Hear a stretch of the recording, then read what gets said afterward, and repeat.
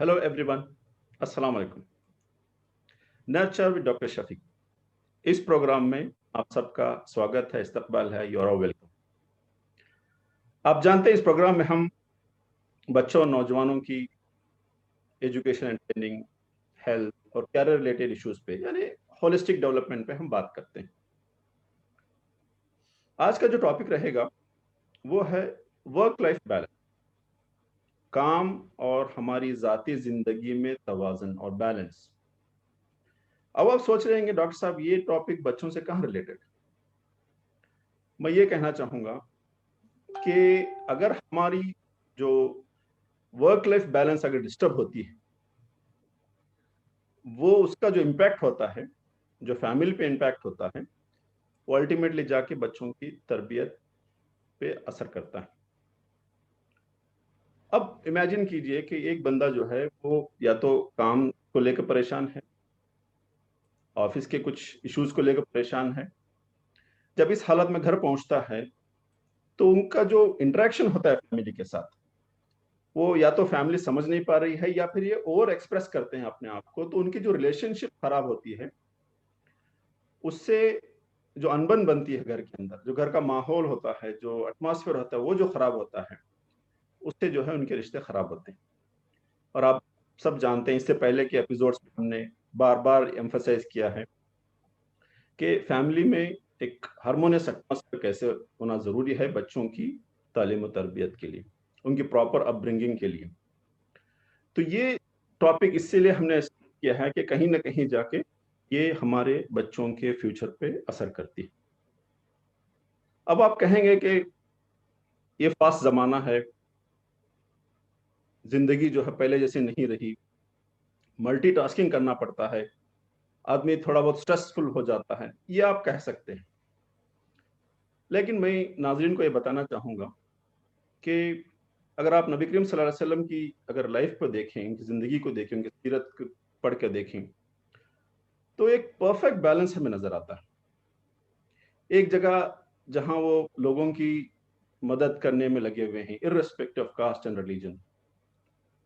दूसरी जगह लोगों को अच्छी बातें सिखाने में बिजी हैं। फिर स्पिरिचुअलिटी में ऐसा हाल है कि भाई रात भर प्रे कर रहे हैं, इबादत कर रहे हैं। या फिर आप देखते हैं कि बाजारों की जो मॉनिटरिंग होनी है कि भाई कोई धोखा तो नहीं दे रहा है, तो ये भी वो करते थे। इतना ही नहीं कि पहले उस वक्त जो है हक बात को दबाने के लिए बातिल ताकतें हमला हो रही होती थी, तो अपने दिफा के लिए जो तदबीरें, जो स्ट्रेटजीज होती थी, वो भी जो है वो लोगों के लिए वो एज ए गाइड जो है वो काम कर रहे होते। जब घर आते हैं तो घर का काम में वो अपनी अजवाज मुतहरा जो बीवी होती थी उनको हेल्प करते थे घर के काम में, बच्चों के साथ शफकत से बात करते थे। ये ऐसे बहुत सी चीजें हैं कि एक परफेक्ट बैलेंस आपको नजर आता है कि भाई वो यहाँ भी एक्सीलेंस में है, वहां भी एक्सीलेंस में, यहाँ भी एक्सीलेंस। ये उसी वक्त पॉसिबल होता है जब हम अपने काम को और अपनी जो पर्सनल लाइफ होती है एक परफेक्ट बैलेंस पे हम लाते हैं। वैसे थोड़ा मुश्किल है, ऐसा नहीं कि बिल्कुल ही आसान है, लेकिन एक फोकस की जरूरत है। और इसी फोकस पे हम बात करने के लिए आज हमारे मेहमान जो गेस्ट हैं उनसे हम बात करेंगे। आज के हमारे जो गेस्ट हैं वो, उनका मैं प्रोफाइल आपको थोड़ा शेयर करना चाहूंगा, क्योंकि पर्सनालिटी है ही ऐसी कि मैं नहीं चाहता कि कोई बात आपसे छुपी रहे। आज के जो हमारे गेस्ट रहेंगे वो हैं राहुल राहुल राज साहब। राहुल राज साहब जो हैं वो दिल्ली से हैं। Is an author, speaker, trainer.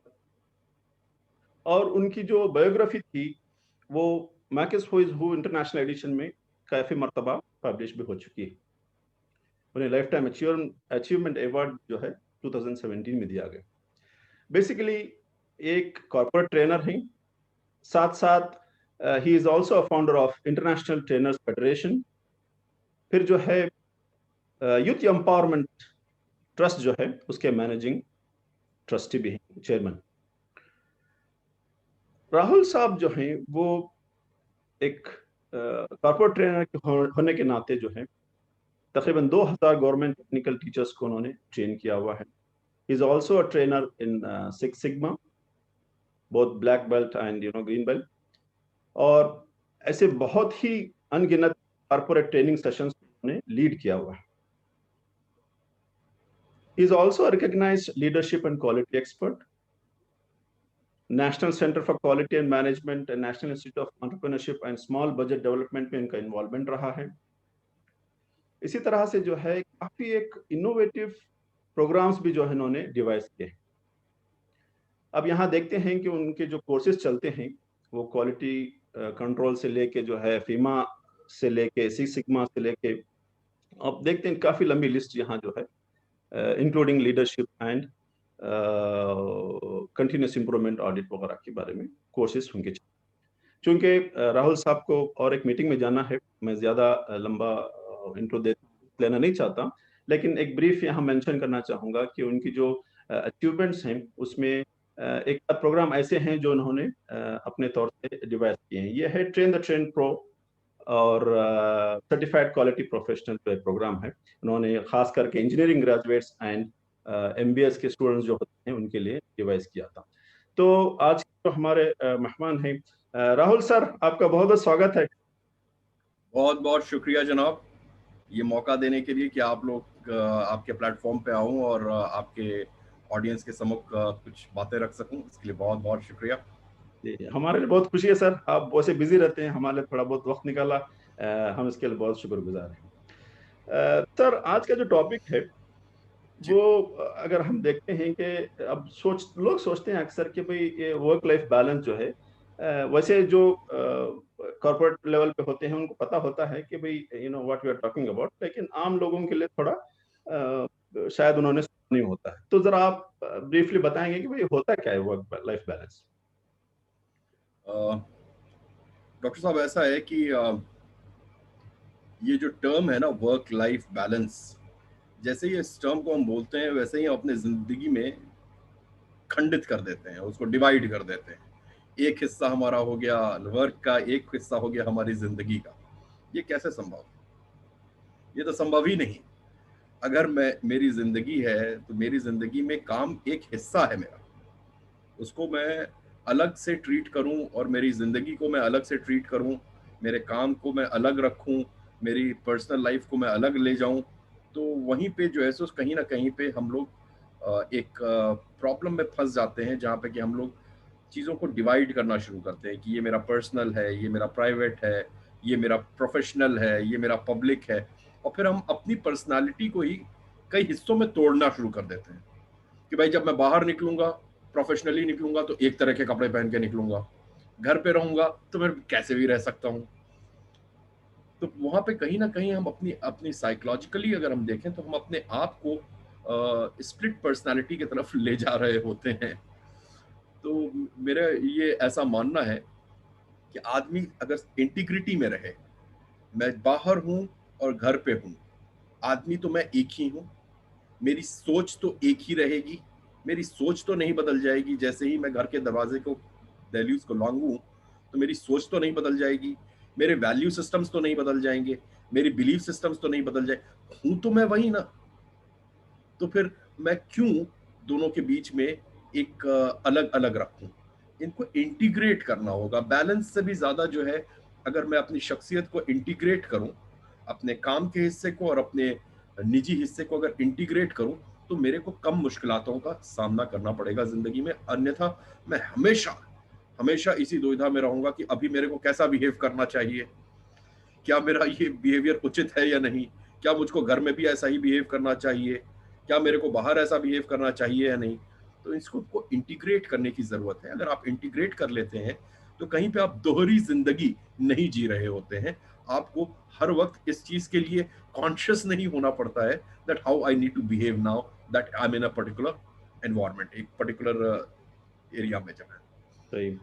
Rahul sir, ये कहीं ऐसा तो नहीं कि जब हम बैलेंस की बात करते हैं कि आपके पास जो 24 घंटे मिलते हैं, यानी हर इंसान के पास 24 घंटे होते हैं, कि भाई हाँ 50% आपने टाइम काम पे लगाया तो 50% जो है घर पे बैठे रहे, is it that what you are talking about? Balance का मतलब क्या है? नहीं, ये संभव नहीं है। ये संभव ही नहीं है कि मैं अपने दिन के हिस्से को 50-50 में बांट दूं, या 8 आवर्स में बांट दूं। 8 घंटे सोऊंगा, 8 घंटे फैमिली को दूंगा, 8 घंटे अपने जॉब को दूंगा। जब मैं जॉब कर रहा होता हूं तो मैं किसके लिए काम कर रहा हूं? उसी फैमिली के लिए तो काम कर रहा हूँ। जी, सही। तो वो 8 घंटे अगर मैं अलग रख रहा हूँ तो उसमें फैमिली को मैं अलग कैसे कर सकता हूँ? मैं जो भी काम करता हूँ अल्टीमेटली उसकी बेनिफिशियरी कौन है? सही। मेरे फैमिली ही तो है, मेरे ही तो दोस्त लोग हैं, मेरी ही तो पत्नी हो, बच्चे हो, माँ बाप हो, घर परिवार के दूसरे लोग हो, ये उन्हीं के लिए तो मैं कर रहा हूँ। हमेशा हम पैसे के लिए नहीं काम करते हैं। कई बार हम जो है उनकी आत्मसम्मान को ऊंचा ले जाने के लिए काम कर रहे होते हैं। कई सारे ऐसे रईस लोग भी होते हैं जिनको पैसा कमाने की जरूरत नहीं है, लेकिन फिर भी वो लाइफ में कुछ अचीव करना चाहते हैं, शायद अपने माता पिता को एक मुकाम देने के लिए, शायद जिस परिवार से वो आ रहे हैं उसको जो है सो प्रूव करने के लिए कि वो उस श्रृंखला में एक उचित किरदार निभा रहे हैं। सही। तो कई सारे कारण हम हमारे जो प्रोफेशनल दुनिया है उसमें भी हम घुसते ही अपने लोगों के लिए है, और जब हम वापस आते हैं तो हम एक तरीके से जो अपना समय बिता करके आ रहे हैं बाहर की दुनिया में, उससे जो हमें एनर्जी की लॉस होती है, हमने खर्च किया है, उस खर्च को वापस रीगेन करते हैं, सही।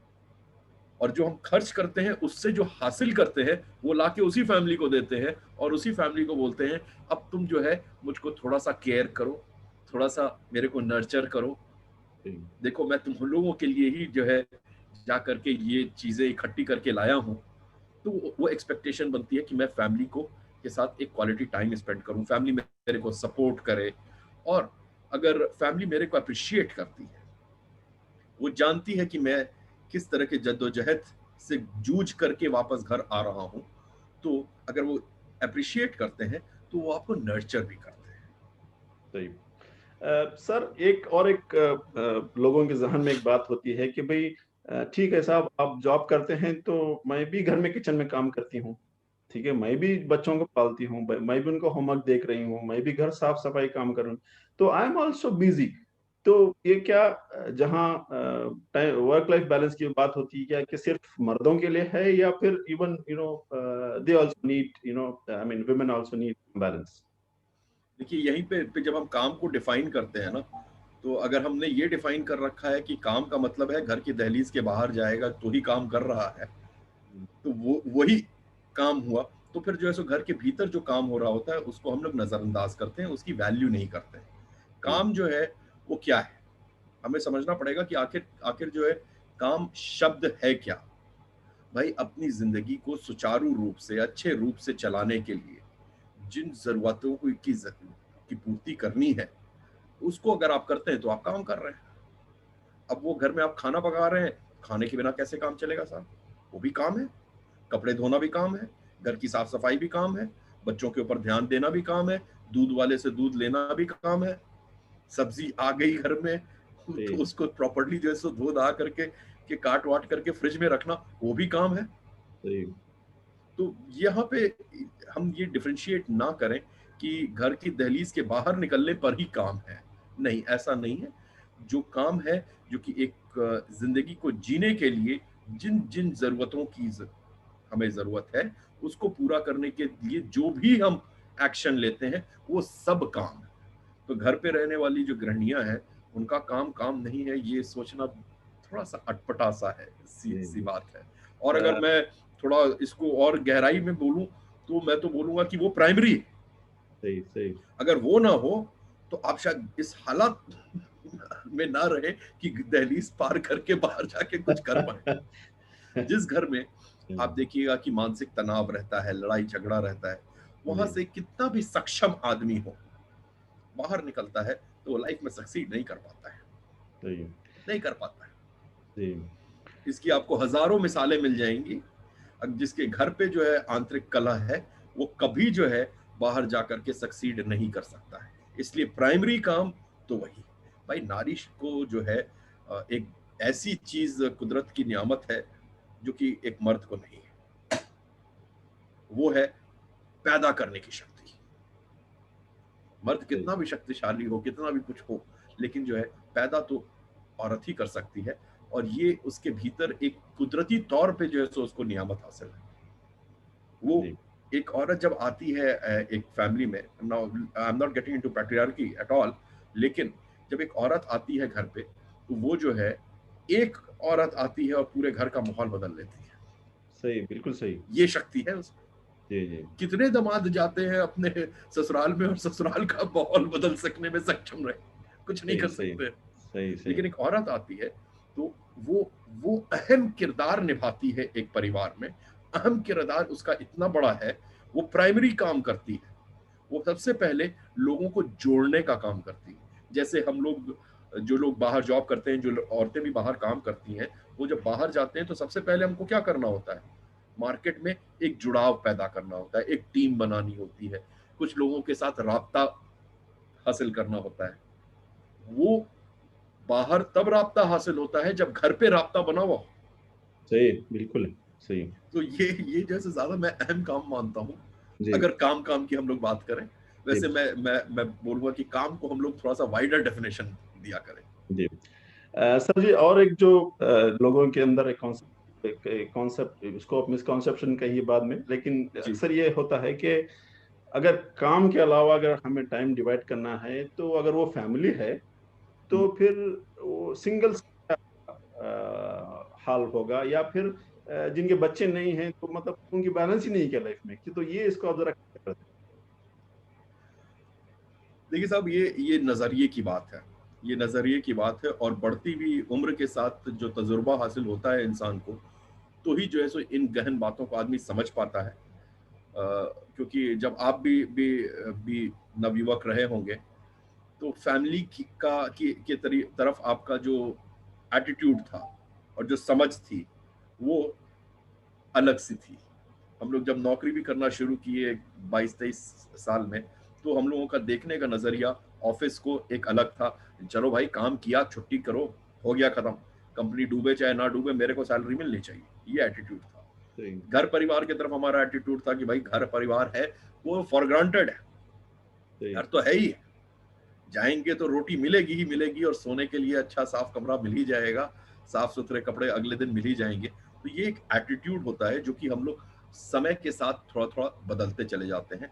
इसलिए ये कहना कि जो अभी नवयुवक हैं, जिन्होंने अभी अपनी फैमिली शुरू नहीं की है, जिनके अभी बच्चे नहीं हुए हैं, तो उनके लिए लाइफ बैलेंस जरूरी नहीं है, ऐसा नहीं है। बहुत एक महीन चीज आपके सामने रखने जा रहा हूँ। जिस दिन बच्चा पैदा होता है, गोद में आता है, उस दिन अ, उन पेरेंट्स का एक दोबारा जन्म होता है। उनका रिलेशनशिप को लेके समझ बदल जाती है।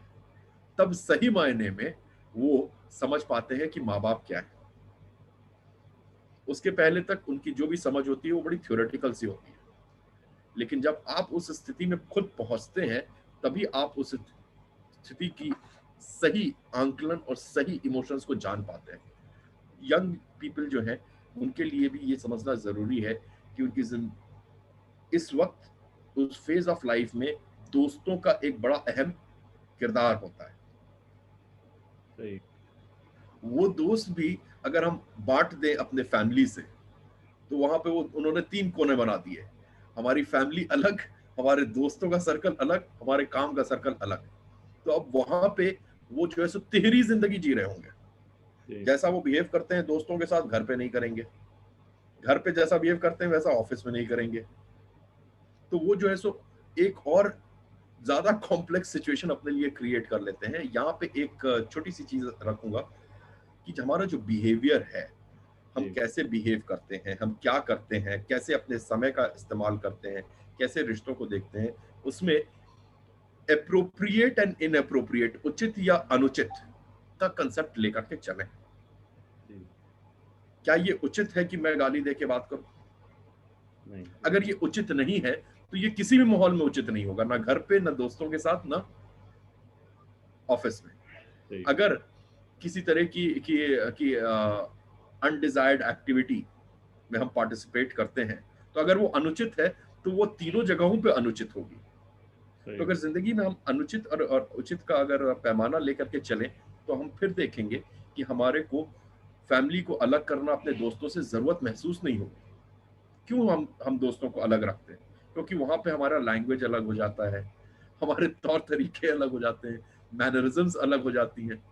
इसलिए हम लोग अलग रखते हैं फैमिली से अपने फ्रेंड सर्कल को। लेकिन अगर वहां पे भी हम उचित अनुचित का क्राइटेरिया लेकर के अगर अपने बिहेवियर को देखें और अपने वैसे बिहेव करें, तो जरूरत ही महसूस नहीं होगी कि मैं उन दोस्तों को अपने घर पे ना ला सकूं। तो अपनी आखिर वैल्यूज डिफाइन होनी चाहिए। जी, जी, अगर मेरे दोस्त मेरे घर पे नहीं आ सकते हैं तो शायद वो मेरे दोस्त नहीं।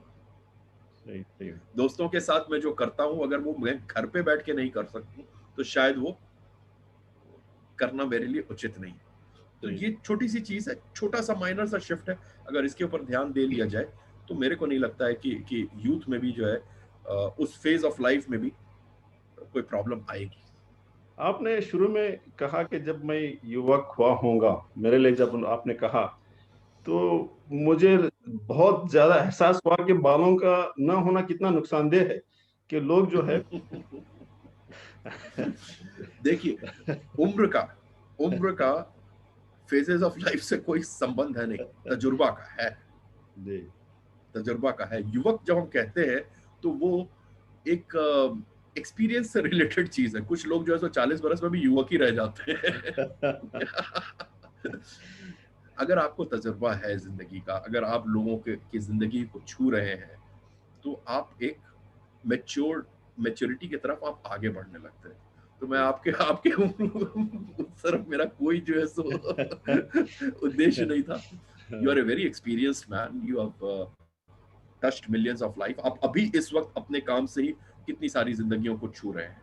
सही सही। जी, सर, हम आते हैं टॉपिक की तरफ कि ये जो अक्सर इम्बैलेंस होता है वर्क लाइफ, कि भाई ठीक है, आप you have to do your job, you have to look after families, ये सब होता ही होता है, लेकिन अक्सर जो, क्योंकि देखते हैं कि हम लाइफ में काफी लोग एक्सट्रीम से गुजर रहे हैं, या तो आप काम कुछ नहीं कर रहे हैं, प्रोकास्टिनेशन हो रहा है, भाई भाई आप घर में ही बैठे हुए हैं, शतरंज खेल रहे हैं, टीवी देख रहे हैं, दोस्तों के साथ गप्पे लगा रहे हैं, ये एक एक्सट्रीम हो गया।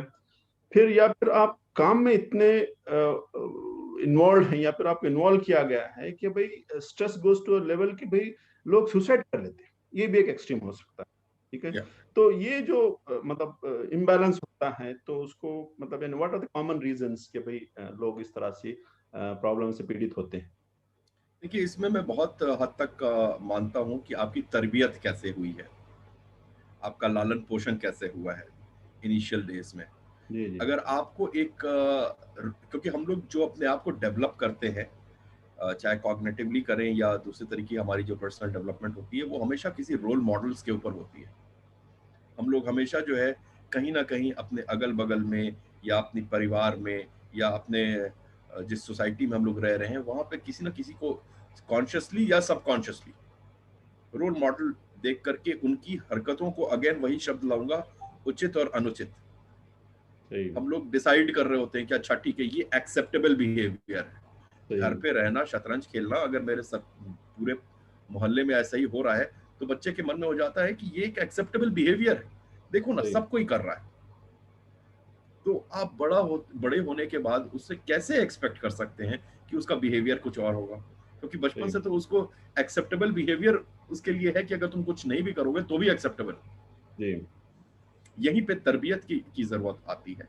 यहीं हम्म। पे हमने किस तरीके से अपने बच्चों को एक्सपोजर देना है उसके ऊपर चीज आती है। और इसके विपरीत जो एक आपने कहा कि जहाँ पे कि स्ट्रेस इतना बढ़ जाए तो लोग शायद आत्मघात भी कर लें, वहां पे भी आती है कि जो है सो किस तरह के लोग आपके अगल बगल हैं। जो लोग छोटी छोटी बातों पे अगर एक्सट्रीम बिहेवियर दिखाते हैं, चाहे गुस्सा दिखाएं, चाहे बहुत ज्यादा खुशी दिखाएं, तो वहां पे भी उसके मन में एक चीज हो जाती है कि एक्सेप्टेबल है कि अगर मेरे लाइफ में स्ट्रेस है तो मैं उसको किसी ना किसी नेगेटिव रूप से एक्सप्रेस कर सकता हूँ। अगर मैं थका हुआ हूँ और आप मेरे से बात कर रहे हैं, मेरे को बात करने की इच्छा नहीं है, तो मैं आपसे चिल्ला के बात कर सकता हूँ। जी। तो वो अगर एक्सेप्टेबल बिहेवियर उसने देखा है तो वो वहीं से शुरुआत करेगा। अब अगर आगे जा करके उसको कुछ करेक्शंस की जरूरत होती है, जहाँ पे कि टीचर्स का रोल आता है, उसके मेंटर्स का रोल आता है, उसकी जिंदगी में उसके सहयोगियों का रोल आता है, वो भी अगर उसको उचित नहीं मिल पाते हैं तो शायद वो उसका नेगेटिव पैटर्न और बढ़ता चला जाएगा। जी। और सर जी। ये जो हाँ। भीतर की स्ट्रेंथ है, ये जी। हमारे प्राइमरली हमारी माँ और हमारे पिता से हमको मिलता है, और घर में अगर बड़ी बहन हो तो बड़ी बहन से हमें बहुत सीखने को मिलता है। जी। मैं तो हमेशा ये मानता हूँ कि अगर आप ब्लेस्ड हैं एक बड़ी बहन से, तो इससे बड़ी आपको की ब्लेसिंग्स हो नहीं सकती है जिंदगी में। सही। सर, आपने जो हमारी जो सोर्स ऑफ ट्रेनिंग या इंस्पिरेशन या इन्फ्लुएंस जो है वो आपने बहुत अच्छे से बताया। मैं थोड़ा सवाल को अगर ऐसे करूं कि जी क्या हमारा जो लाइफ में या जॉब को रिलेटेड या बिजनेस रिलेटेड कंपटीशन जो होता है, या फिर मैं कहूँगा कि अगर हम और एम्बिशियस हैं, या फिर मैं कहूँगा कि जो ग्लोबल इकोनॉमी पे जो असर पड़ रहा है, या फिर मैं कहूँ कि भाई लॉन्ग वर्किंग आवर्स है मेरे, या फिर इंटरनेशनल बिजनेस या इंटरनेशनल ट्रांजैक्शन या इंटरनेशनल नेटवर्किंग की वजह से जो जेट लैग टाइम होता है, या फिर मिसाल के तौर पर अभी आप इंडिया में बैठ के कुछ काम कर रहे हैं लेकिन यूएस में वहां पर जो नाइट हो, फिर वहां जब मॉर्निंग होगा तो यहाँ हमारा नाइट होगा। तो ये जो टाइम की जो प्रॉब्लम आती है, इस वजह से कहीं हमारी लाइफ थोड़ा स्ट्रेसफुल और इम्बैलेंस हो जाती है। अगर आप कुछ ये कहना चाहें इस बारे में। ये सारी चीजें बहाने हैं, ये बहाने हैं। जब ग्लोबल इकोनॉमी नहीं खुली थी तो क्या लोग स्ट्रेस्ड नहीं होते थे? क्या लोग सुसाइड नहीं करते थे? सही। उस वक्त भी करते थे। ये बात आती है कि आपकी जिंदगी में प्रॉब्लम सब किसी के पास है, जी। आज भी हैं। आज से 15-20 साल पहले भी थे, 200 साल पहले भी थे, 500 साल पहले भी थे, 1500 साल पहले भी थे। जब आपने जन्म लिया है तो आपके सामने प्रॉब्लम्स आएंगी ही आएंगी। आप जिस स्तर पे हैं आपके पास प्रॉब्लम उस स्तर की आती है। क्या अंबानी साहब को रात को परेशानी नहीं होती है क्या? उनके पास परेशानी, बहुत बड़ी परेशानी है। उनके सामने आता है कि कल की एक हफ्ते में मैं जो है मेरे को डिसबर्स करना है 5,000 करोड़, सही। कंपनी अकाउंट में अभी नहीं है। सही। सही। तो वो डील कर रहे हैं 5,000 करोड़ की प्रॉब्लम को, और शायद हम लोग 5,000 की प्रॉब्लम को डील कर रहे होते हैं। सही। अपने प्रॉब्लम अपने सबके स्तर पे पास है। है, सबके पास प्रॉब्लम हमेशा से रही है, और सबका ये सारी चीजें मायने नहीं करते। These are known as mechanics of life. Mechanics of, अगर आपको परेशानी है, अगर आपको परेशानी है, आप उस तरह के कंट्रीज के साथ काम करते हैं जहां पे कि नाइट एंड डे का है, ये चॉइस आपकी है, मत करिए काम। दुनिया में 1,000 काम है, दूसरे तरफ का रुख कर लीजिए। कोई जरूरी है कि आप उसी फील्ड में जाएंगे? अगर आपको परेशानी होती है उस हाँ, चीज मतलब से, अगर नहीं डील आपके कर सकते, दूसरा कर लीजिए। प्रॉब्लम इस लेवल पे है कि भाई आपके हेल्थ पे आ रहा है, तो फिर डेफिनेटली यू हैव टू तो ये रीथिंक चॉइस है आपकी। समथिंग। देखिए, life is a series of choices that we make. सही। जी। अपॉर्चुनिटी सबके सामने वही थी, and it is never too late to begin. अगर आपको परेशानी है किसी अपनी जिंदगी में, जो आपके वर्क फील्ड में जो परेशानी है, तो ये आपकी चॉइस है कि आप आज भी उस प्रोफेशन में हैं। अगर मुझको मान लीजिए कि परेशानी होती है, पैदल मेरे से नहीं चला जाता है, और मेरा ऑफिस 10 किलोमीटर दूर है, तो मेरे पास सबसे आसान उपाय क्या है कि मैं बोलूं क्या करूं? मैं बेचारा, मेरे पास कोई ऑप्शन नहीं, 10 किलोमीटर मेरे को वॉक करना ही पड़ता है, मेरा दुर्भाग्य है। जी। अपने आप को कोसें, अपने एनवायरनमेंट को कोसें। लेकिन आपके पास ऑप्शंस थी, आपने उन ऑप्शंस को एक्सप्लोर अभी तक नहीं किया है। आज की डेट में घर पे बैठे हुए लोग कमा रहे हैं या नहीं कमा रहे हैं? सही। लेकिन मैं मेहनत नहीं करना चाहूंगा, उसके लिए जो स्किल्स है वो मैं नहीं सीखूंगा। मैं बोलूंगा मेरे को तो यही ऑफिस में काम करना आता है, ऑफिस मेरे करीब आ जाए। कहां सही। से संभव है? नहीं होगा संभव। जैक कैनफील्ड साहब हैं, उनकी एक किताब है 25 principles of success to be from where you want to be from where you are. और उसमें पहला ही प्रिंसिपल वो कहते हैं E+R=O। ई वो कहते हैं इवेंट है, आर जो है वो एक, अभी आते हैं आर पे क्या, और एक is equals to O. O is the outcome of life. आपकी जिंदगी क्या होगी, कैसी होगी, इसके लिए केवल और केवल आर रिस्पॉन्सिबल है, ई रेस्पॉन्सिबल नहीं है। E plus R equals to O. Outcome जो होगा वो केवल आर पे डिपेंड करेगा, ई पे डिपेंड नहीं करेगा, क्योंकि ई जो है वो सभी की जिंदगी में कांस्टेंट। शायद सूर्य रेस्पॉन्स सबके या लिए उगता रिएक्शन है। की बात हो रही है। जी हाँ, जी जी। इवेंट जो है वो हर किसी के लिए वही है, सर्कमस्टांसेस सब किसी के लिए वही है। सबके लिए जो है सो कोई ऑफिस किसी के घर पे नहीं उठ के जाएगा। हम कैसे उसको रेस्पॉन्स करते हैं? क्या मेरे लिए अगर ये जॉब मेरे को उतनी इनकम नहीं दे रही है, तो क्या मैं तैयार हूं अपने आप को और स्किल अप करके बेटर जॉब के लिए तैयार करने के लिए, या नहीं? ज्यादातर लोग तैयार ही नहीं। वो बोलते हैं अब तो आ गए हैं इस जॉब में, इस जॉब में ही जो है सरकार जो है मेरे को ज्यादा पैसा दे। प्राइवेट में है तो वो जो है सो मेरी मेरी चीजों को समझे और ज्यादा पैसा दे। नहीं होता है। इकोनॉमिक्स का लॉ है। इकोनॉमिक्स का लॉ जो है सो नेचर के लॉ के हिसाब से आपको आएगा उतना ही जितना आप दोगे, और अगर देने की क्षमता नहीं है तो देने की क्षमता बढ़ाओ। देने की क्षमता आप बढ़ाओगे, आपके पास ऑटोमेटिकली वापस आएगा। मार्केट का नियम है ये। अगर आप वैल्यूबल है मार्केट के लिए, तो मार्केट आपको घर से उठा के ले जाएगा, और मार्केट के लिए अगर आप बोझ हैं, तो आज नहीं तो कल आपको मार्केट से वापस घर भेज दिया जाएगा। सही। सारा कुछ घूम करके हमारे खुद के ऊपर आता है। सही। हम क्या कर रहे हैं, हम कितने लोग पढ़ते हुए आपको दिखाई देते हैं आफ्टर 30-35? कितने लोग आपको दिखते हैं कि 30-35 की उम्र में भी वो जो है अपने आप को और बेहतर बनाने का प्रयास कर रहे होते हैं? अगर नहीं बेहतर बनाने का प्रयास कर रहे होंगे तो टेक्नोलॉजी का जमाना है साहब, टेक्नोलॉजी आगे बढ़ जाएगी, बहुत सारे लोग पीछे छूट जाते हैं। 98 में हमने देखा था, 1998 में देखा था, बैंक्स ने 3 साल तक अपने सारे के सारे लोगों को कहते रहे कि आप लोग कंप्यूटराइज्ड की तरफ जाओ जाओ जाओ। कई सारी उनके लिए ट्रेनिंग प्रोग्राम्स शेड्यूल होती रही। 98 में आकर के फाइनली कह दिया कि इस तारीख तक जिसने जिसने नहीं किया है वो वीआरएस लेके घर जाए। और हिंदुस्तान में करीब करीब 1.5 लाख बैंकर्स, बिग नंबर का रुख करना पड़ा था। सही। तो सर आपने जो ये हमारे ऊपर जी, हाँ, आपने जो फॉर्मूला बोला E plus R plus output, मुझे बात याद आ रही कि ई जो इवेंट होता है वो 15% ऑफ जो भी हमारे लाइफ में होता है उसको कंट्रीब्यूट करता है, यानी कि इवेंट। लेकिन जो हमारा रिस्पॉन्स है, रिएक्शन है, वो 85% है, यानी अब वो हमारे पास है। अब हम कैसे उसको इस्तेमाल करते हैं या कैसे रिएक्ट करते हैं, कैसे अपने आप को प्रिपेयर करते हैं, वो that will decide your outcome या आउटपुट।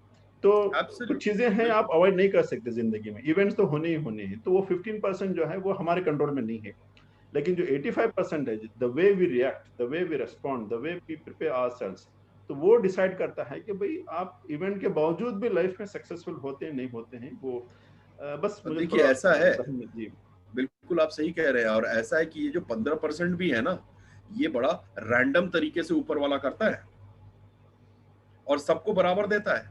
किसी को कुछ देता है, किसी को कुछ देता है। अब देखिए आपके चेहरे पे कितनी प्यारी रौनक दी, आपकी शक्ल कितनी बढ़िया बनाई, मेरे सर पे बाल दे दिए।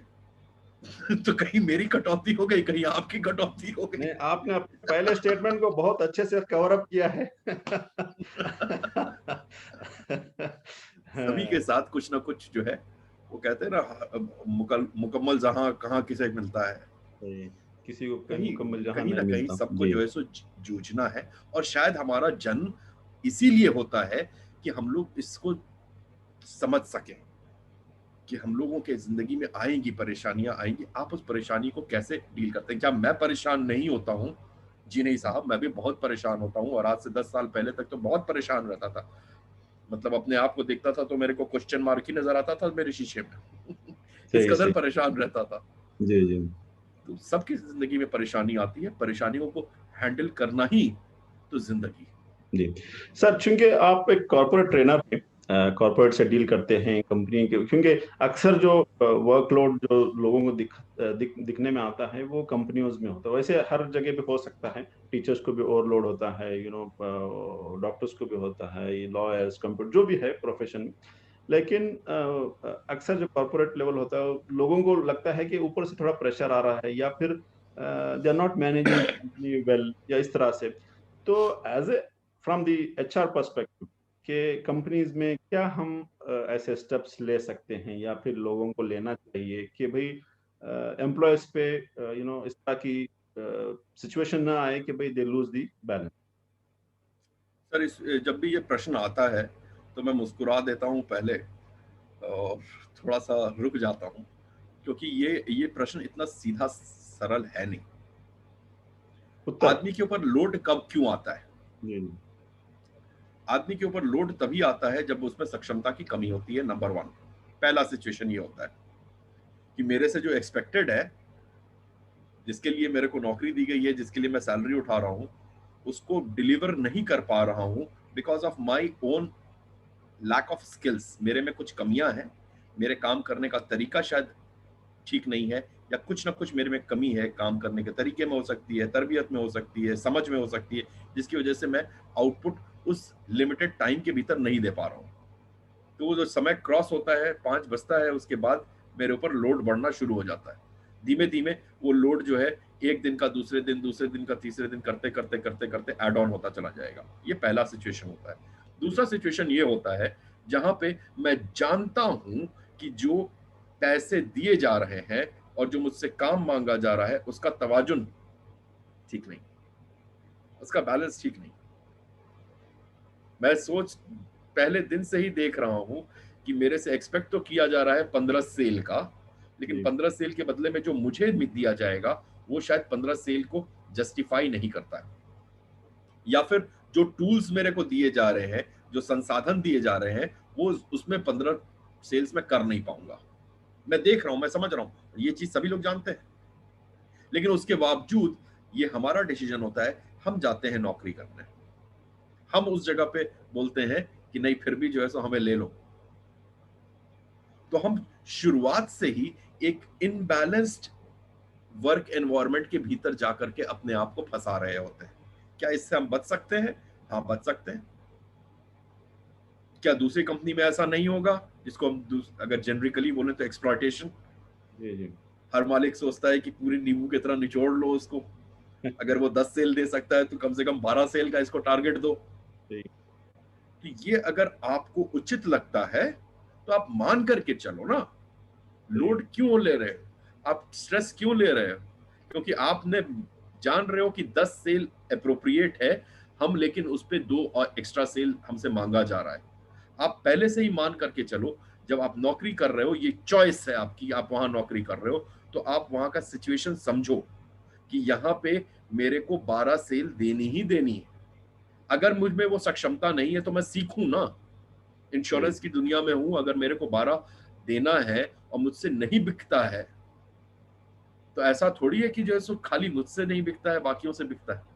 सही। बाकियों को भी तो परेशानी आती होगी। वहीं पे कुछ लोग तो ऐसे भी होंगे ना जो कि 12 सेल दे रहे हैं। तो उनमें और आप में अंतर क्या है? केवल स्किल्स की तो अंतर है। अगर दूसरा कोई कुछ कर सकता है तो हम क्यों नहीं? खाली अंतर आता है स्किल्स पे। लेकिन हम अगर मान करके चलेंगे कि हम अपना 100% दे रहे हैं, पहले ही हमने मान लिया कि मेरी यही 100% कैपेबिलिटी है, तो आप हमेशा स्ट्रेस में ही रहोगे। आपने अपनी शक्तियों को देखा कहाँ है? यहाँ पे मैं रेकमेंड करूंगा लोगों को कि एक बार एनएलपी का क्या सहारा लें, अपने बिलीफ सिस्टम्स के ऊपर दोबारा काम करें। ये बिलीफ सिस्टम लोगों का, मेरी जो इतनी ही क्षमता है, मैं इतने देर में इतना ही काम कर सकता हूँ और मेरे से इससे ज्यादा एक्सपेक्ट किया जा रहा है तो मैं स्ट्रेस्ड हो जाता हूँ। ये बिलीफ सिस्टम को रीडिफाइन करने का टाइम है। बिलीफ सिस्टम्स आपका जो भी है वो प्रथम तो आपका है नहीं। ये सारे के सारे बिलीफ सिस्टम्स जो है हमारे अगल बगल, हमारे एनवायरमेंट ने हमको दिया हुआ है। बचपन से हमने सुना हुआ है तुम ये कर सकते हो, तुम ये नहीं कर सकते हो, और तुम ये। हम अपने अगल बगल अपने कलीग्स को देखते हैं और फिर बोलते हैं कि हम तो 15 फाइल ही क्लियर कर सकते हैं 8 घंटों में। क्यों, कहां से आया ये बिलीफ सिस्टम? ये बिलीफ सिस्टम आया हमारे अगल बगल के लोगों की, कर्मचारियों के आउटपुट को देखते हुए। जी अगर ऐसा ही होता तो ऐसा कैसे संभव था कि गांव से आया हुआ 25,000 लेकर के कोई आदमी आता है मुंबई शहर में और हजारों हजार अरबों की संपत्ति इकट्ठा कर देता है? सही। कैसे संभव है? ये तो संभव हो ही नहीं सकता था। ऐसा कैसे संभव है कि एक निहायत ही छोटे से गांव से आया हुआ आदमी हमारा प्रधानमंत्री बन जाए? जी। तो कहीं ना कहीं कमिटमेंट जब हम होना अपने चाहिए। बिलीफ सिस्टम्स को तोड़ें, जी। बिलीफ सिस्टम्स को अगर तोड़ेंगे तो रामलाल जो है वो कहीं का कहीं जा सकता है। सर, अगर हम इंडिविजुअल लेवल पे देखें, प्रैक्टिकल टिप्स अगर हम किसी को देना है या अपने आप पे भी अगर हम उसको इम्प्लीमेंट करना चाहें, जैसे फॉर एग्जांपल कि भाई हम अपने आप को ओवर बुक ना करें, कि भाई you should know when to say no, कि हर एक कमिटमेंट पे आप हाँ हाँ कर रहे हैं but you can not deliver, ठीक है। या फिर जो है आपका घर जो है आपके काम करने की जगह से बहुत दूर है, तो at least you can relocate yourself to the closer 25 to your. तरीके हो सकते हैं उसको जी सॉल्व करने का। जी उसको सॉल्व करने पे अगर आप आएंगे तो बहुत सारे तरीके हो सकते हैं। हम लोगों ने कुछ लोगों ने आपके के व्यूअर्स ने शायद वो देखा होगा कि 9 डॉट होते हैं, उनको जो है 5 लाइनों से जोड़ा जा सकता है, 4 लाइनों से जोड़ा जा सकता है, 1 लाइन से भी जोड़ा जा सकता है। तो सही। सॉल्यूशंस अगर निकालने की बारी आएगी, अगर आप चाहेंगे सॉल्यूशन निकालना, तो सॉल्यूशन निकालना संभव है। इसके लिए आपको जो है जरूरत होती है जिंदगी में एक मेंटर की। एक एक ऐसा इंसान हो जो कि आपके भीतर आपकी जो क्षमता है उसको आपके सामने उजागर करवाने में मदद कर सके। यहाँ पे डॉक्टर शफीक आप जैसी पर्सनालिटीज का बहुत बड़ा रोल है। और मैं व्यूअर्स को बोलूंगा कि अगर जिंदगी का प्रॉब्लम सॉल्व करना है तो कहीं ना कहीं आपको डॉक्टर शफीक जैसे लोगों से राब्ता बढ़ाना पड़ेगा, उनके साथ काम करना पड़ेगा, तभी आप जो है सो उन प्रॉब्लम्स को सॉल्व कर पाएंगे। क्योंकि अगर आपके भीतर वो प्रॉब्लम्स का सॉल्यूशन होता तो आपने सॉल्व कर लिया होता। कई बार हमको बाहर से एक रोशनी की जरूरत होती है, बाहर से एक हल्की सी मदद की जरूरत होती है, और वहीं पे कोचेस का बहुत अहम रोल होता है। मैं मार्केटिंग नहीं कर रहा हूं डॉक्टर शफीक की, मैं आपको वाह जिंदगी की जो सच्चाई है उससे वाकिफ करा रहा हूं। अगर मैं आज सक्सेसफुल हूं, अगर मैं आज हिंदुस्तान का ITF इंटरनेशनल ट्रेनर्स फेडरेशन एक बहुत बड़ी संस्था है, 4,500 ट्रेनर्स के साथ हम लोग काम कर रहे हैं, अगर मैं उस मुकाम तक पहुंच सकता हूं, एक जस्ट ट्रेनर जो कि जैसे ट्रेनर बाकी लोग हैं मैं भी था, लेकिन मेरे जिंदगी में भी कुछ मेंटर्स आए। उन मेंटर्स ने मुझको कुछ रास्ता दिया, और ऐसा नहीं दिया कि उन्होंने मुझको पैसा दिया कि राहुल राज ये लो 50 लाख रुपए और आज से तुम जो है सो इतनी बड़ी संस्था खोल लो। जी नहीं साहब, पैसे से मदद नहीं होती है। अगर इनकेपेबल आदमी हो उसको आप पैसे भी दे दोगे ना तो वो साल भर के बाद सारा कुछ गंवा के आ जाएगा। मैं यहाँ यहाँ पे नाजरीन हमें को मेंटर्स कोचेस चाहिए होते हैं। जी मैं नाजरीन को यहाँ एक डिस्क्लेमर बताना चाहूंगा कि मैंने सर को अपने बारे में कहने के लिए कुछ नहीं कहा। उन्होंने स्पॉन्टेनियसली अपने तौर से कहा है, जी जी। तो मेरे तरफ से वो क्लियरेंस है जी। नहीं, ये मेरा फर्ज बनता है, ये मेरा फर्ज बनता है कि जो जो नाजरीन हमारे को सुन रहे हैं वो उनको जो है सही रास्ता भी दिखाया जाए। देखिए, बोलने से किसी में कोई फर्क नहीं पड़ेगा। मैं बोल करके चला जाऊं कि आप अपनी बिलीफ सिस्टम बदलो और वो बदल लेंगे क्या? बदल सकते हैं क्या? नहीं। मैं बदल पाया था क्या? बचपन से मेरे पिताजी मेरे को कितनी सारी अच्छी अच्छी बातें बोलते रहे। जी मैं सारी बातों को सुन लिया क्या? नहीं। जी जी लेकिन जब जब वक्त आया तो मैंने फिर कॉन्शियसली अपने आप को बदलने का प्रयास किया। उस वक्त जो है सो मेरे को मदद की जरूरत महसूस हुई, और वो मदद आपको एक कोच या एक आपका टीचर बहुत अच्छे से कर सकता है। सारे कर सकते हैं ऐसी बात नहीं है, कुछ ही लोग कर सकते हैं। उन लोगों को पहचानना आपकी जिम्मेवारी है। आप नाजरीन जो सुन रहे हैं उनको ये चीज देखना होगा कि मैं किससे मदद लूं। मदद जिससे ली जाती है वो सबसे पहले उसमें खुद वो काबिलियत होनी चाहिए। सही। सर जी, अगर हम वापस आ रहे हैं प्रैक्टिकल टिप्स की तरफ, कि एक तो हमने बात की कि भाई you can relocate to your मतलब वर्क लोकेशन है, आप ओवर बुक ना करें अपने आप को, you should learn when to say no, for example, ठीक है। इसी तरह से अपने आप को ऑर्गेनाइज करें कि भाई यू डोंट लूज टाइम और पेशेंस, या फिर फ्रस्ट्रेशन हो रहा है कि भाई थिंग्स आर ऑर्गेनाइज्ड, ये एक हो सकता है। एट द सेम टाइम अगर हम एज ए मतलब फ्रॉम द HR पर्सपेक्टिव अगर आप देखेंगे कि भाई जो फैमिली रिलेटेड जो एक्टिविटीज होते हैं, अगर उसको कंपनी स्पॉन्सर करती है कि भाई पेरेंटिंग सेशंस हैं, या इस तरह से फैमिली गेट टुगेदर है फॉर एग्जांपल, ठीक है, या चिल्ड्रंस डे हो रहा है तो सारे मिल रहे हैं, इस तरह समथिंग सोशल, तो उससे क्या होता है, आदमी के लिए स्ट्रेस बस्टर्स जिसको हम कहेंगे, वो मिलते हैं। या फिर हम अगर ऐसे कहें कि भई मैटरनिटी लीव्स हैं फॉर एग्ज़ाम्पल, या फिर कहें कि भई घर में कोई इवेंचुअल मतलब कोई इंसिडेंट ऐसा हो गया कि भई they are going through a tough time, for example किसी की डेथ होती है, तो अपने लव्ड वन की दे मिस, तो उस वक़्त जो है उनको कुछ हेल्प कर सकें, लीव के मतलब as a token of appreciation, अगर अगर उसी हालत मतलब ऐसी सिचुएशन है कि कंपनी की के they had to slog a lot, तो उस वक्त कंपनी जो है एज अप्रिसिएशन कुछ देते हैं, तो उनको थोड़ा they feel better and they feel relax. तो इस तरह से अगर कुछ कंपनीज करते हैं तो मेरे ख्याल में एम्प्लॉयज की जो है मेंटल वेल बीइंग जो है that will be taken care of. इसके बारे में अगर आप कुछ कहना चाहें सर। ये आपकी बात बिल्कुल सही है, जो आपने चंद तरीके गिनाए, वो एचआर काफ़ी अच्छे कंपनीज जितनी होती हैं, जो कि सेंसिटिव कंपनीज होती हैं, जो कि अपने वर्कर्स और अपने एम्प्लॉयज़ का ख्याल रखना चाहती हैं, वो ये सारी चीज़ों का ध्यान रखते हैं। बट एक बेसिक करार होता है एक एम्प्लॉय और एक एम्प्लॉयर में। जी उस बेसिक करार को अगर हम समझ करके रखें ना, पकड़ करके रखें, तो जो है सो बहुत सारी प्रॉब्लम सॉल्व हो जाती हैं। इन सब चीज़ों की जो है सो अहमियत थोड़ी सी कम हो जाती है। इनके ऊपर हमको डिपेंड नहीं करना होता है। एक एम्प्लॉयर एम्प्लॉय के बीच में एक एग्रीमेंट होता है। एम्प्लॉयर का क्या है, रिक्वायरमेंट क्या है?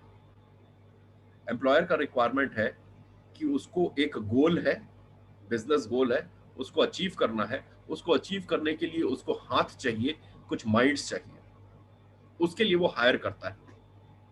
तीसरी कोई कारण नहीं है हायर करने का। कंपनी का गोल्स है, उन गोल्स को अचीव करने के लिए कुछ स्ट्रैटेजीज बनानी होगी, तो कुछ माइंड्स को हायर करेगा। अगर कुछ काम करना होगा तो हैंड्स को हायर करेगा, और उससे जो मटेरियल प्रॉफिट निकलता है, उसके अनुरूप वो उसकी सैलरी को ऑफर करता है कि तुम मेरे लिए ये कर दोगे तो मैं तुमको इतने पैसे दे दूंगा। जी उसी टाइम पे जो एम्प्लॉई है, एम्प्लॉई भी जब जाता है तो वो भी किसी कारण से किसी एम्प्लॉयर के पास जाता है। और एम्प्लॉई का जनरली स्टेटमेंट्स क्या होता है नौकरी लेते वक्त? जब पूछा जाता है कि तुमको क्यों हायर किया जाए, तो जी बोलता है जी क्योंकि मेरे से ज्यादा हार्ड वर्किंग नहीं है साहब कोई। जी जी आप ओवर टाइम जब कहोगे तब मैं तैयार हूं। जी आप मुझसे बेहतर हीरा नहीं पाओगे, आप बस एक मौका तो दो। और जैसे ही उसके हाथ में एम्प्लॉयमेंट लेटर आता है, वो पहली चीज क्या बोलता है? सर अब आपने तो ज्वाइनिंग कल की दे दी है, कल तो मैं नहीं ज्वाइन कर पाऊंगा। एचआर बोलता है अरे अभी तो तुम बोल रहे थे कि तुम जब बोलोगे, बोला जाएगा तब तुम ज्वाइन करोगे, मैं अभी ही तुमको मौका देना, तुम बोलते हो कि तुम अभी ज्वाइन नहीं करोगे। बोलता है नहीं, मैं तो वो कहने की बात थी ना। जी अभी तो आप ये समझिए कि मैं नौकरी खोजने के लिए आया था, अभी मेरे को घर पे जाना होगा, घर पे जाकर के सारा अरेंजमेंट करना होगा, अपना यहाँ पे आके रूम वूम खोजना होगा, उसके बाद जो है सो मैं ज्वाइन कर सकता हूँ। जी तो यहाँ पे क्या हुआ, जो एम्प्लॉय जो जो करार साइन किया ना, उसको वो फुलफिल करने को तैयार नहीं है। जी जी जब हम नौकरी के लिए निकलते हैं तो नौकरी क्या डिमांड करती है, उसके लिए तैयार है क्या? या नौकरी जब हम खोजते हैं और नौकरी करने निकलते हैं तो बस हमने मान रखा है कि हमारा जो है सो ये सीवी है, सीवी दिखाएंगे और हर महीने का जो है सो 40,000 का चेक उठाएंगे क्योंकि हमारा सीवी है। नौकरी का की अगर वो समझ है तो गलत है। जी नौकरी की समझ आपको बनानी पड़ेगी कि मैं किसी का सपना पूरा करने जा रहा हूं। सही एक इंसान है जिसने कुछ सपना देखा है, एक बड़ी सी कंपनी खोली है, उसका कुछ काम है, उसका कुछ गोल्स है। मैं अगर उसके गोल्स को पूरा करूंगा तो मेरे को इतना पैसा मिलेगा। मैं उसके सपने में भागीदार बनने जा रहा हूं। सही मैं वहां पे पैसे लेने की आउटकम है, मैं पहले क्या करने जा रहा हूं, मैं उस आदमी का सपना पूरा करने जा रहा हूं। जब इस तरह के एटीट्यूड के साथ, इस मेंटल माइंड फ्रेम में हम जाते हैं, तो वहां पे स्ट्रेस आएगा कहां से साहब?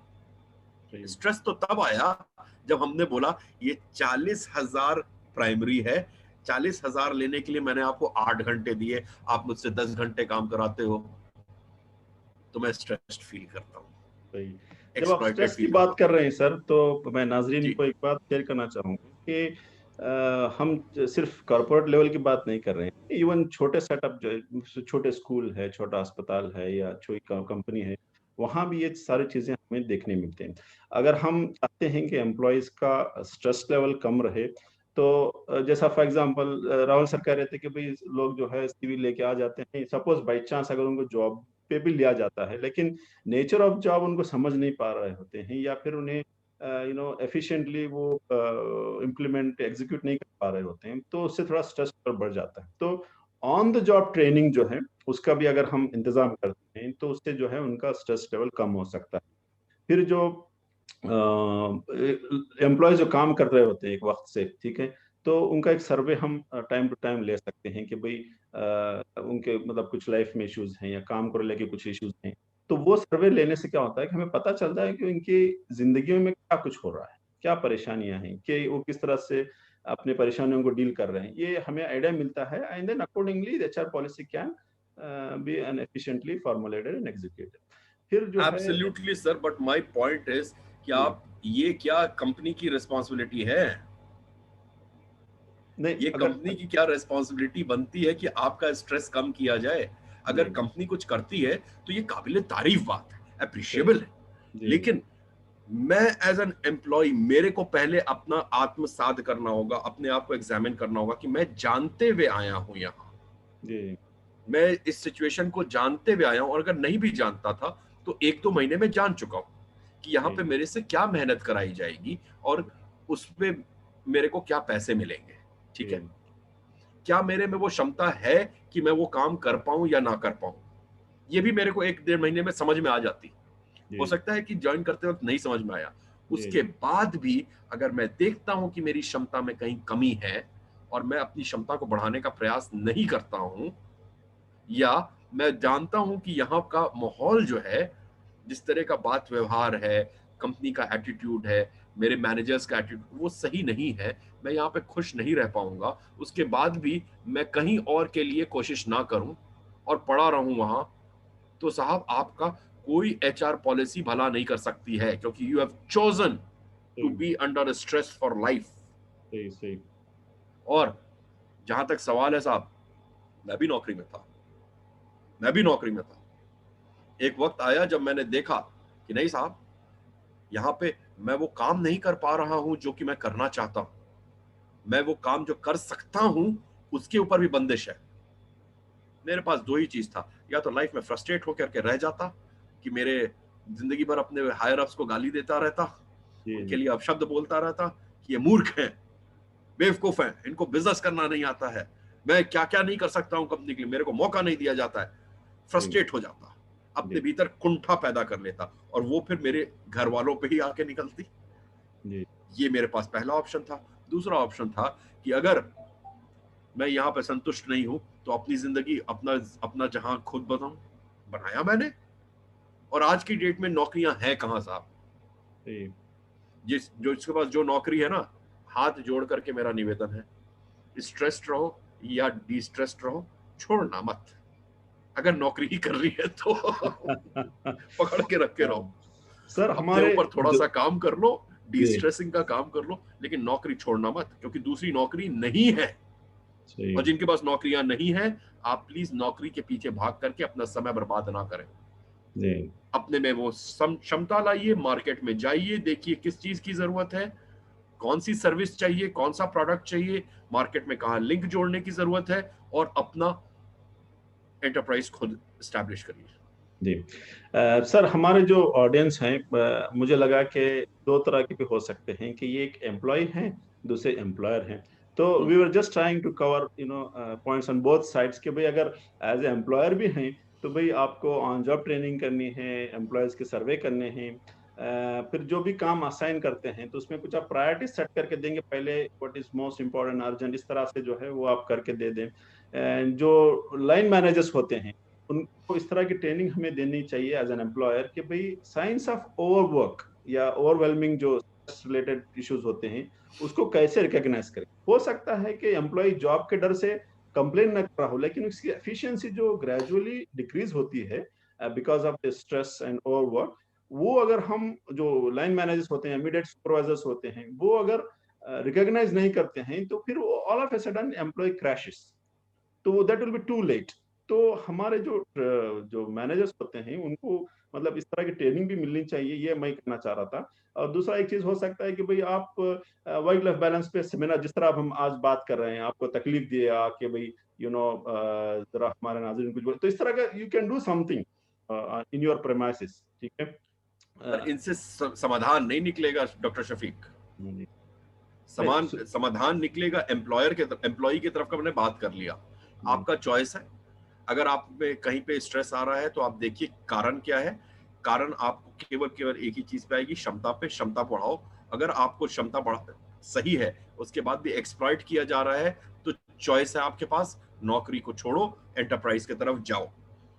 अगर हम एम्प्लॉयर की तरफ की बात करें तो एम्प्लॉयर जो है, अगर अपने वैल्यू सिस्टम्स को सही नहीं रखता है, अपने भीतर का जो वैल्यू सिस्टम्स है ना, उसको अगर सही नहीं करेगा, वो कभी भी ऐसा एनवायरनमेंट क्रिएट ही नहीं कर सकता है। कोई भी आप उसको टूल दे दीजिए, वो अगर उसकी वैल्यू सिस्टम ये कहती है कि दूसरों को निचोड़ना है, तो वो कुछ भी आप सर सेमिनार करवा दो, आप कुछ भी साहब जो है सो वहां पे टूल्स उनको दिलवा दो, वो जो है ना निचोड़ने के ही मोड में रहता है। अगर एक एम्प्लॉयर है अपने वैल्यू सिस्टम्स पे काम नहीं करेगा, तो कभी भी वो एक एनवायरनमेंट ही नहीं क्रिएट करके दे सकता है जहां पे कि एम्प्लॉइज डी स्ट्रेस ढंग से काम करें। तो एक तरफ एम्प्लॉयर्स के लिए जब हम लोग बात करें, तो उनको ये टूल्स जो है ये केवल मददगार हो सकते हैं, लेकिन उसके लिए एक माइंडसेट बनाना होगा कि ये जो लोग हैं ये मेरे अपने हैं। देखिए, मेरा एक सपना है, उस सपने को मैं अचीव करना चाहता हूँ एज एन बिजनेस ओनर। मेरे मन में अगर ग्रैटिट्यूड नहीं है शफीक साहब के लिए, जो कि आकर के अपने जिंदगी का एक हिस्सा मुझको दे रहे हैं और मदद कर रहे हैं कि जो मेरा ड्रीम है, जिसको मैं अकेले नहीं अचीव कर सकता हूं, मेरे को लोग चाहिए, वो अपनी जिंदगी से आकर के अपने जिंदगी का एक हिस्सा दे रहे हैं मेरे को, मेरे सपने को पूरा करने के लिए। क्या मेरे को उनको उनके लिए ग्रैटिट्यूड नहीं होना चाहिए? अगर मेरी वैल्यू सिस्टम ये कहती है कि किया उसने तो क्या हुआ, बदले में मैंने पैसा दिया, मैं खरीद रहा हूं उसकी क्षमता, तो वो आदमी कभी भी ये देख ही नहीं सकता है कि अगला एम्प्लॉय खुश हो। जैसे ही उसको एम्प्लॉय के चेहरे पे मुस्कुराहट नजर आएगी, बोलेगा इससे और निकालो, ये इतना खुशी खुशी कैसे जा रहा है इसका काम बढ़ाओ। इसी बात को हमारे यहाँ बेसिक जो वैल्यू सिस्टम पे एक बात होती है कि जो आदमी इंसान का शुक्रगुजार नहीं होता, वो खुदा का भी शुक्रगुजार नहीं होता। बिल्कुल बिल्कुल सही बात, सिंपल सी बात है जी। इसीलिए जब हम लोग स्ट्रेस को डील करते हैं ना, तो 3 लेवल पे हम लोग डील करते हैं। एक कॉर्पोरेट एनवायरनमेंट में सबसे पहले हम लोग वर्क करते हैं कॉर्पोरेट की वैल्यू सिस्टम्स पे, कॉर्पोरेट की वैल्यू सिस्टम्स पे। दूसरी तरफ हम एम्प्लॉइज की वैल्यू सिस्टम पे काम करते हैं। क्या उसको भी शुक्रगुजार नहीं होना है इस आदमी का, जिसने उसको मौका दिया अपनी जिंदगी गुजारने का उसके साथ, उसने उसको नौकरी दी है, वहां से जो पैसे मिलते हैं उससे उसका परिवार चलता है। क्या उसको शुक्रगुजार नहीं होना चाहिए? उसकी भी वैल्यू सिस्टम्स पे काम होता है। एक तरफ टॉप मैनेजमेंट की वैल्यू सिस्टम्स पे काम होता है। उसके बाद तीसरे लेवल पे आकर के हम लोग टूल्स की बात करते हैं। ये टूल्स तभी काम करते हैं जब ऊपर पे और नीचे पे एम्प्लॉयर और एम्प्लॉय दोनों का वैल्यू सिस्टम्स उचित हो। सही। सर, हमारा वक्त हुआ जा रहा है, आपसे बातें करने में ऐसा लगता है कि बस वो चलता ही रहे हमारा डिस्कशन जी। लेकिन एक बात काफी ओवरशूट कर गए हैं टाइम को। बस एक बात पे मैं कंक्लूड करना चाहूंगा कि ये टॉपिक लेने, हमारे नाज़रीन को मैं कहना चाहूंगा कि ये जो टॉपिक हमने सिलेक्ट किया है वो इसलिए है कि जब आदमी ये बैलेंस मेंटेन करता है, वैसे तो एक टॉपिक जो है 1 घंटे पूरा खत्म करना मुश्किल है, इसके बाकायदा वर्कशॉप चलते हैं एंड इट नीड्स टाइम, लेकिन सिर्फ इसकी अहमियत को बताना है कि जब तक हम ये बैलेंस मेंटेन नहीं करते तो हमारे जिंदगी में न सुकून आता है, न रिलेशनशिप में वो बॉन्डिंग आती है, न बच्चे हमारे हमारे हाथ में रहते हैं। ये we are losing basically next generation, हमारे हाथों से जो निकल रहे, देख रहे हैं आप नए नए यंग बच्चे जो है वो बुराइयों में हैं, फिर सुसाइड कर रहे हैं, they don't know how to regulate their emotions. ये सारे कुछ मसले मसाइल जो है वो इसलिए है कि वो हमारी प्रेजेंस नहीं होती है घर में। हमारी प्रेजेंस इसलिए नहीं होती कि भाई अब मिसाल के तौर पर अब एक आदमी है, वो रातों घूमते रहता है दोस्तों के साथ, तो वहाँ जो होम मिनिस्टर है, यानी घर की जो लेडी होती है, उसे ये सोचना है कि भई why he is outside the home, कि भई क्या हमारे घर का माहौल ठीक नहीं है? क्या हमारे घर में खुशी नहीं है? या फिर बच्चे जो है अपने पेरेंट को या फादर को जो है रिस्पेक्ट नहीं दे रहे हैं, या फिर मेरा नेचर लविंग नहीं है, या फिर I am not presentable to him, कि भई he doesn't like to be at home. ये चीज़ें होती हैं कि आदमी इन चीज़ों से बाहर जाना, तो समहाउ या तो वो फ्रेंड्स के साथ टाइम स्पेंड करेगा, या फिर खाते-पीते बाहर टाइम स्पेंड करता है। इससे भी ये बैलेंस ये, या फिर उल्टा भी हो सकता है कि भई आदमी जो है वो बाहर का जो स्ट्रेस है, ऑफ़िस का जो काम है, वो घर पे लाता है, and then he is shouting at everyone. तो बच्चे भी डरे हुए हैं, वो दूर-दूर रूम में, जैसे ही बाप अंदर आया तो बच्चे जो है रूम में कहीं जाके वो पढ़ने के बहाने रूम बंद करके बैठ गए। वाइफ़ भी जो है पकाने के बहाने जो है वो किचन में चली गई। तो कहीं ये जो मतलब हमारा जो इम्बैलेंस है, इसकी वजह से जो है हमारा आने वाला जनरेशन जो है, जो हमारे देश के लिए एक बहुत ही प्रोडक्टिव जनरेशन हो सकता है, उसको हम कहीं न कहीं हम नुकसान पहुँचा रहे होते हैं। तो राहुल सर, आपका बहुत-बहुत शुक्रिया। आपने हमारे नाज़रीन को दिल लुभाने वाली लैंग्वेज, कभी-कभी मुझे लग रहा था कि मेरे से अच्छी भाषा आपकी है। तो ऑफ कोर्स आप इंग्लिश में बोलना चाह रहे थे, हमने आपसे रिक्वेस्ट की थी, तो आपने हतल इम्कान कोशिश किया, and it was very wonderful talking to you. और उम्मीद करते हैं कि हमारे नाज़रीन भी जो है इस प्रोग्राम से कुछ न कुछ फ़ायदा उठाए होंगे, एंड हो सकता है फ्यूचर में भी आप फिर हमारे साथ जुड़ेंगे, तो आपको हम तकलीफ़ देंगे सर। सर ये हमारे लिए तकलीफ का की बात नहीं है, ये हमारे लिए बड़ी खुशी की बात है कि हम अपने उसमें से थोड़ा सा समय निकाल करके आपके नाज़रीन के साथ थोड़ा सा हम कुछ शेयर कर सकें। हाँ, मैं ये जानता हूँ कि एक जो कन्वेंशनल एक्सपेक्टेशन होती है कि वर्क लाइफ बैलेंस की बात होगी तो ये टूल्स की बात होगी। हमने वैसा कुछ नहीं कहा। मैंने एक अलग सा अप्रोच देने की कोशिश की, थोड़ा सा बेसिक लेवल पे बात करने की कोशिश की। क्योंकि टूल्स बताने के लिए तो बहुत सारे लोग हो जाते हैं, जी, जी, जी। लेकिन जो लोग स्ट्रेस में डुबकी मार करके फिर निकले हैं ना, जी, जी। वो आपको थोड़ा सा एक डिफरेंट एस्पेक्ट, थोड़ा सा एक डिफरेंट पॉइंट ऑफ व्यू दे सकते हैं, तो वही देने की मैंने प्रयास किया। आगे भी जब भी आप कहेंगे, थोड़ी सी समय की व्यस्तता होती है, थोड़ा स्केड्यूल हम लोग देख लेंगे, लेकिन मैं बिल्कुल जो है आपको वादा करता हूँ कि समय निकाल करके आपके नाज़रीन के साथ हाजिर होऊंगा। बहुत बहुत शुक्रिया doctor Shafiq for giving me this opportunity. Very nice of you sir. Thank you so much. Thank you so much. Very generous. Thank you. Right.